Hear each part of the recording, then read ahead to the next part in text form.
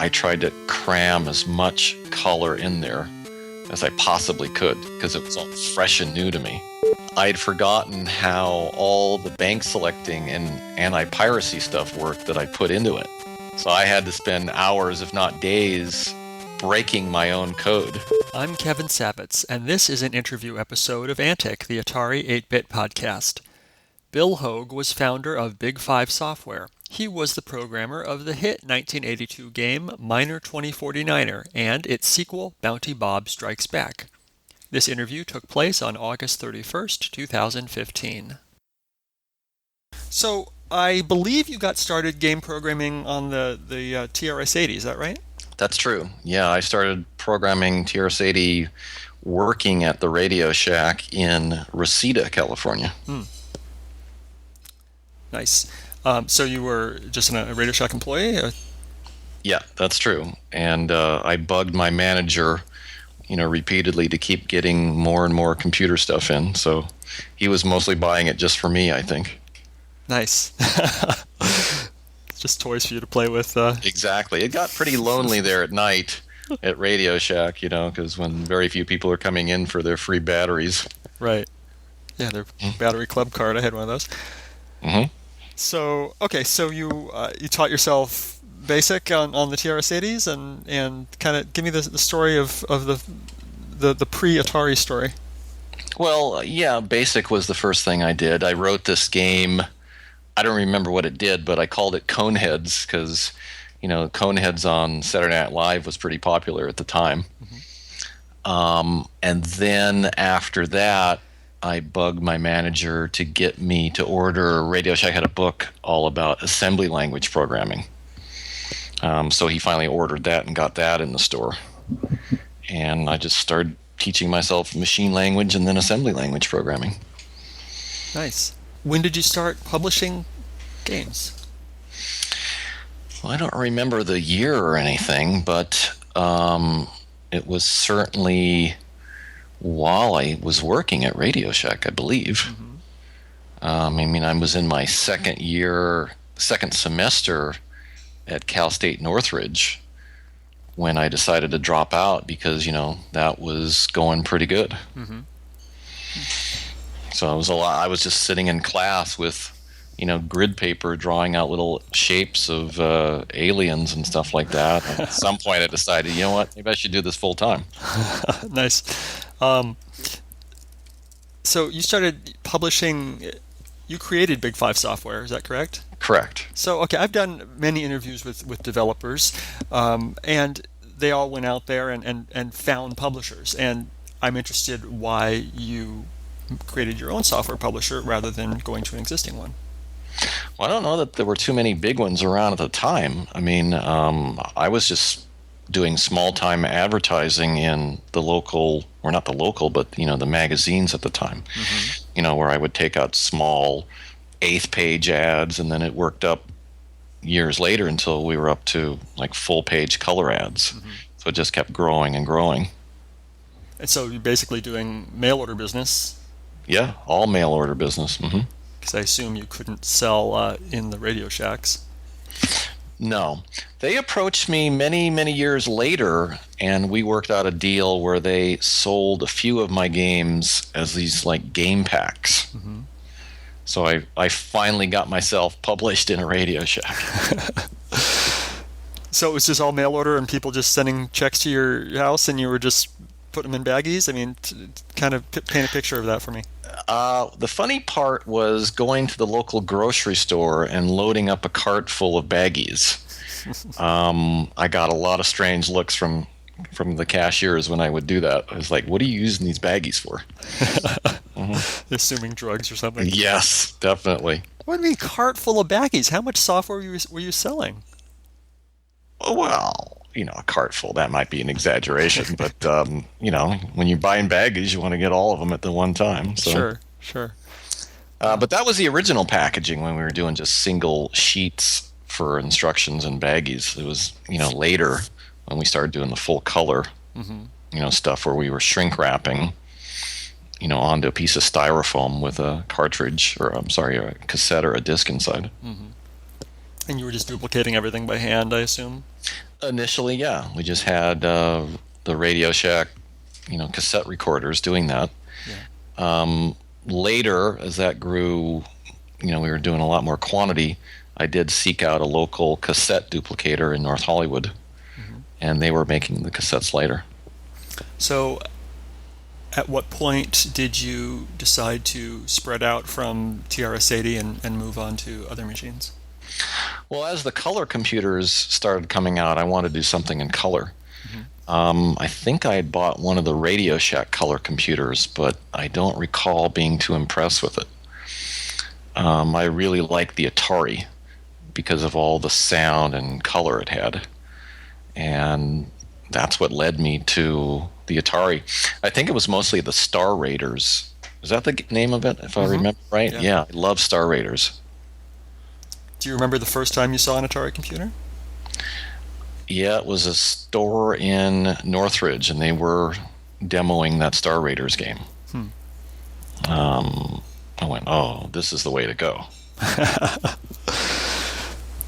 So, did you just buy one and take it home and start teaching yourself that assembly language, or what? Pretty much, Yeah. yeah. I mean, I already knew assembly language Z80, but of course now I had to learn a new 6502 language, but, Hmm. it's the same concept. So, how much time, how much dabbling did you do from this is my first Atari machine to Miner 2049er? Because that's a pretty technically advanced game, seems like. I don't remember the transition there about how that came about, but I do recall being in awe of all the color that you could do on there. And if you are familiar with the high score screen on Miner 2049er, Hmm. I tried to cram as much color in there as I possibly could because it was all fresh and new to me. I mean, I was using all these displayless interrupts to really overdrive the color and get more than, technically you should have on one screen at any one time. What can you tell me about the process of creating that game? Where did the idea come from? Um, what was this, did it come fully, was it a process, or did it something that came fully formed as a game idea in your mind? Well, a lot of the earlier games that I had done were pretty much direct rip-offs, if you want to call it that, which is pretty much the truth of arcade games. And for Miner, actually a game or two earlier on, the TRS-80 Defense Command was, pretty much a new concept that I came up with. But for the first Atari game, I wanted that to be, not like any other arcade game, but yet similar, that people would, know how to play it. So if you think about Miner, it's almost like a combination of like Donkey Kong with the climbing and Pac-Man, where you have to go around and eat all the dots. So yeah, it's pretty much a combination of Donkey Kong and Pac-Man. So neither one of those companies could sue me then. Right. Do you remember how long it took you to program it? I mean, we're talking a month, a year? I honestly don't remember. It's just so long ago. Sure. Was it a kind of a given that you would publish it yourself because you already had that process, or did you at this point did you think about going to an Atari specific publisher? No, never crossed my mind to go to a publisher. I mean, we pretty much had a good mail order thing set up, Uh-huh. and we had worked out a lot of relationships with dealers at small computer stores and even bigger distributors. So we had all that infrastructure all set up. The decision to go to Cartridge was something new to us. Because we had to go to a chip manufacturer to get those ROMs produced in quantity, because it wasn't going to be cost effective to do EPROMs or something like that at the time. Right. So we were a new company to them, so they were pretty hesitant to give us large quantities of ROMs before we paid for them. So we found out pretty quickly that as soon as we would pay for the prior shipment, with the net 30 terms or whatever it was, that suddenly more would show up. So the faster we could pay, the more chips we got. So why the decision to release Miner on cartridge instead of disk? I was hoping to prevent piracy as much as possible. How'd that go? It went pretty good for a long time. I mean, ultimately it got busted and put onto disk, but there weren't too many people at the time that had the tools to do things like that. Right. Later, when I did Bonnie Bob Strikes Back, I mean, that was a new bank selected chip that the company made available to me. Mm-hmm. And I really think that was really difficult to bust because, you just couldn't flat out copy it to a disk or something like that. I mean, it still was expecting the bank selected architecture on there. Mm-hmm. So you really would have to be a pretty good genius to break that. Miner was kind of a huge hit, wasn't it? Yeah, it was not only a huge hit on Atari 400 and 800, but International Computer Group, and mostly Barry Friedman, was able to license it to practically every other computer in existence at the time. Mm-hmm. He did a really great job on that. Nice. And did you code it for the 64 or something, or were you doing that work, or someone else? No, I only did the Atari 400, 800 version of Miner. Mm-hmm. For Bonnie Bob Strikes Back, I believe I did it the 64 version for the UK. And I was able to use the code and pretty much just tweak it a little bit to get it to work on the Commodore.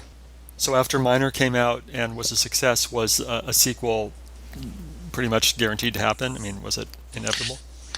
Well, not really, because we had a couple other games that we were trying to develop. The game was really called Scraper Caper, and we did two different versions of that.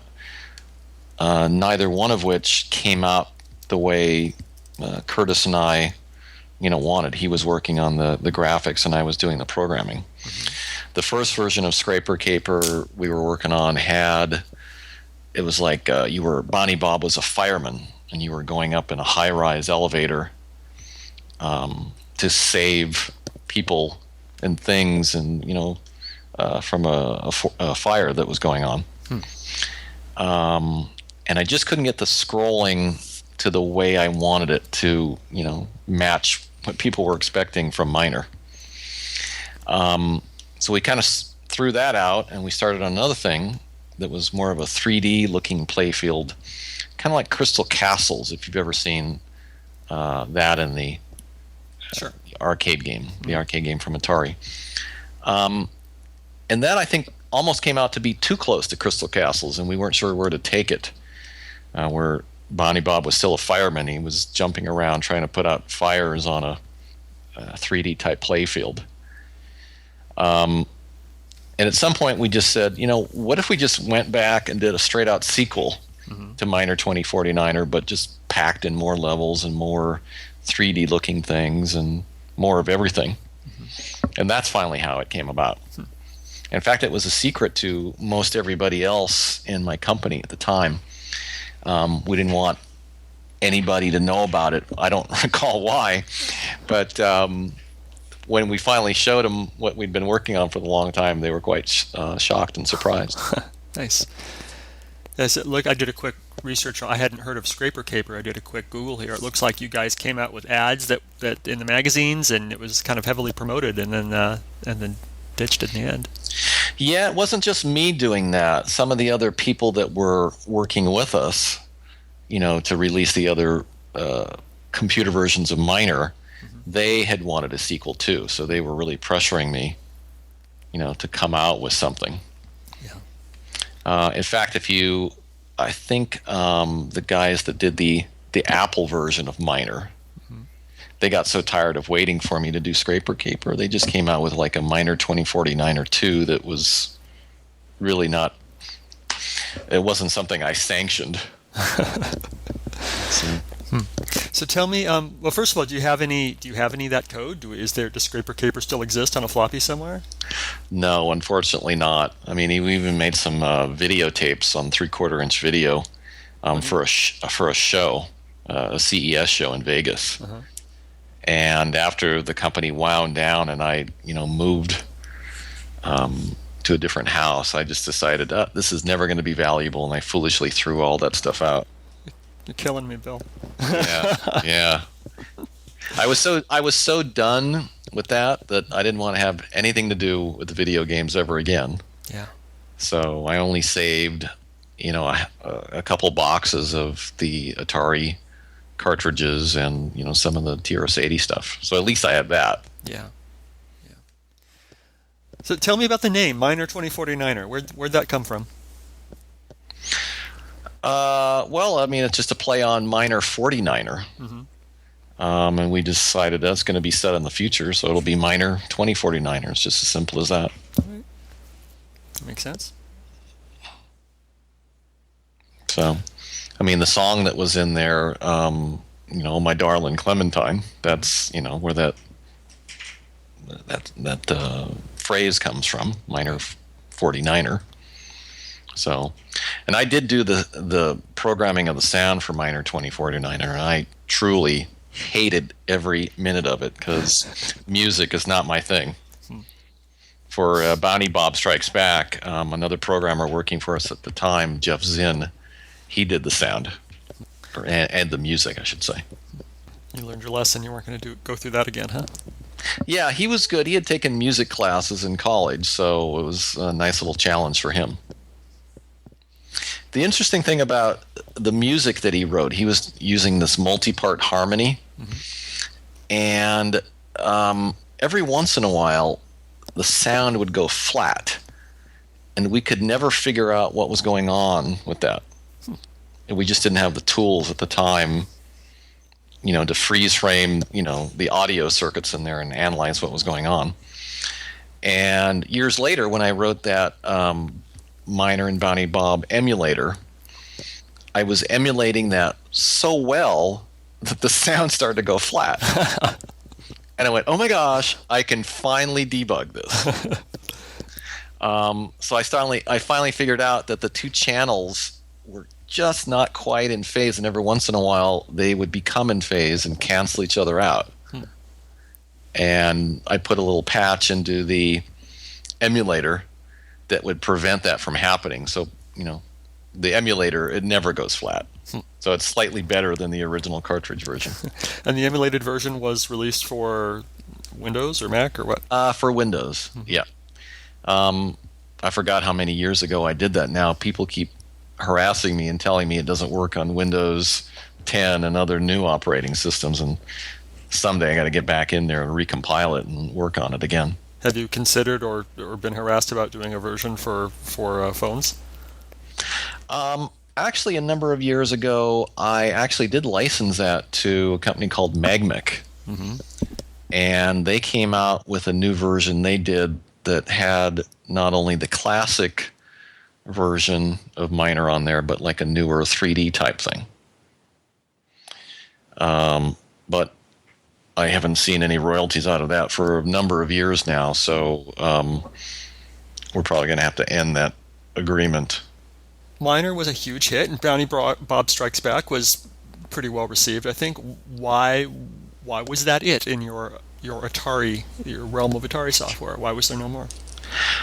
I think a lot of people at the time were switching over to Nintendo. So it seemed like the Atari market was just collapsing out from under us. And I had made the business mistake of, hiring too many other programmers to try to produce more titles going forward. And it just kind of all imploded. So just ran out of money to keep going. Yeah. Can you remember other Atari titles that might have been that were planned or started or anything? We talked about a couple before, but I don't really remember what we had lined up after Bob Strikes Back, to be honest with you.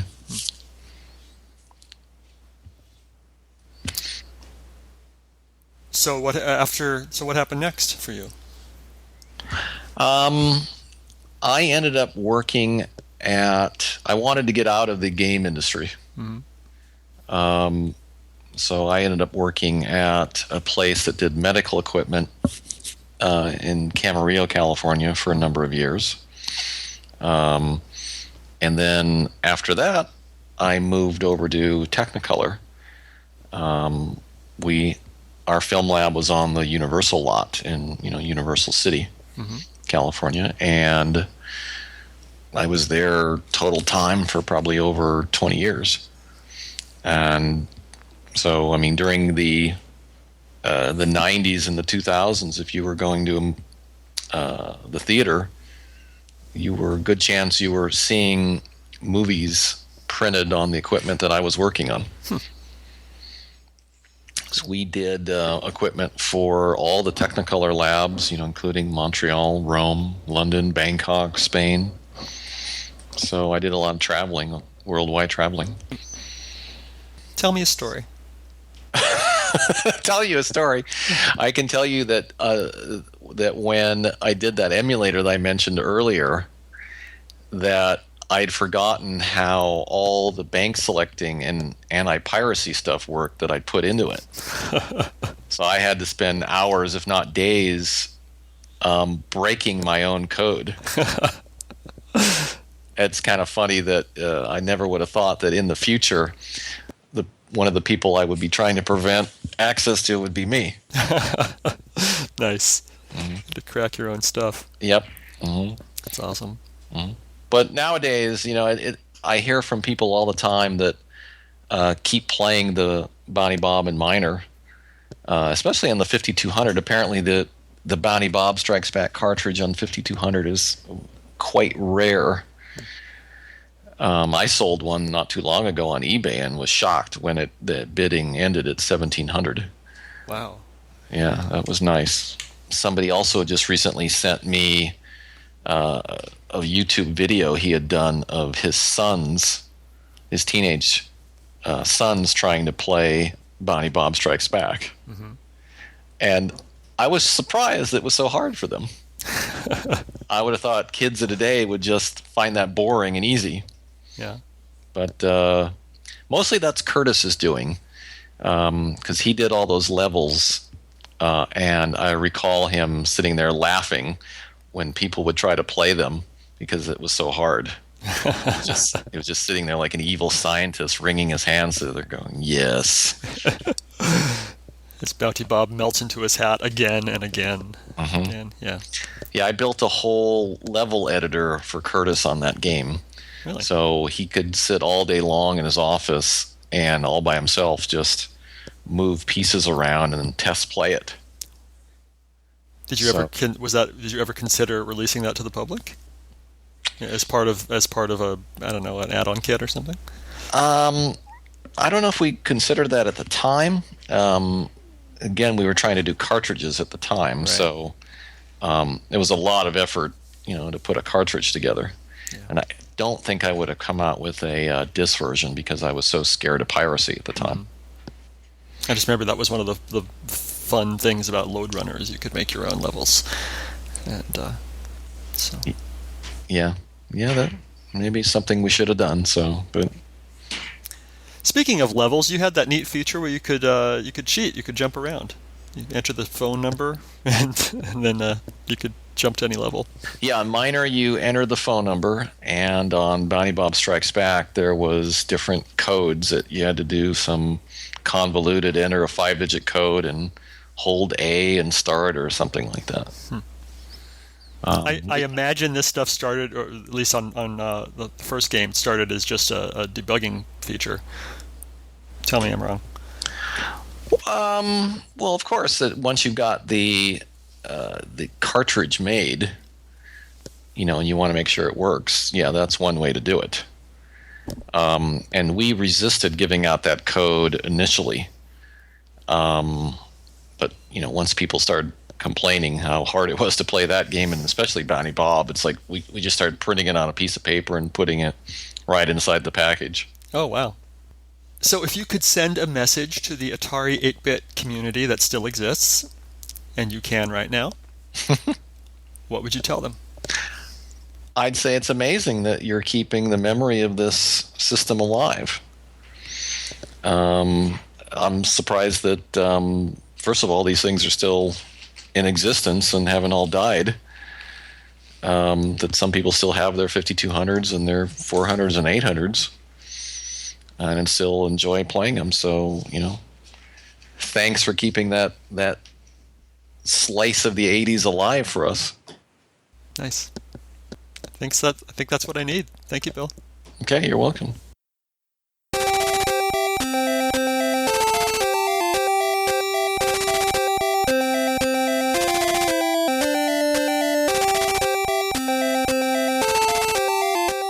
If you enjoyed these interviews and would like to contribute something, I encourage you instead to donate to one of our favorite organizations, the Internet Archive, at archive.org. The Internet Archive is a nonprofit digital library with the stated mission of universal access to all knowledge. They've done incredible things to preserve computer history, including hosting thousands of programs in an in-browser Atari emulator, creating the Wayback Machine, and offering full-page scans of countless Atari computer books and magazines. Make your tax-deductible contribution at archive.org/donate.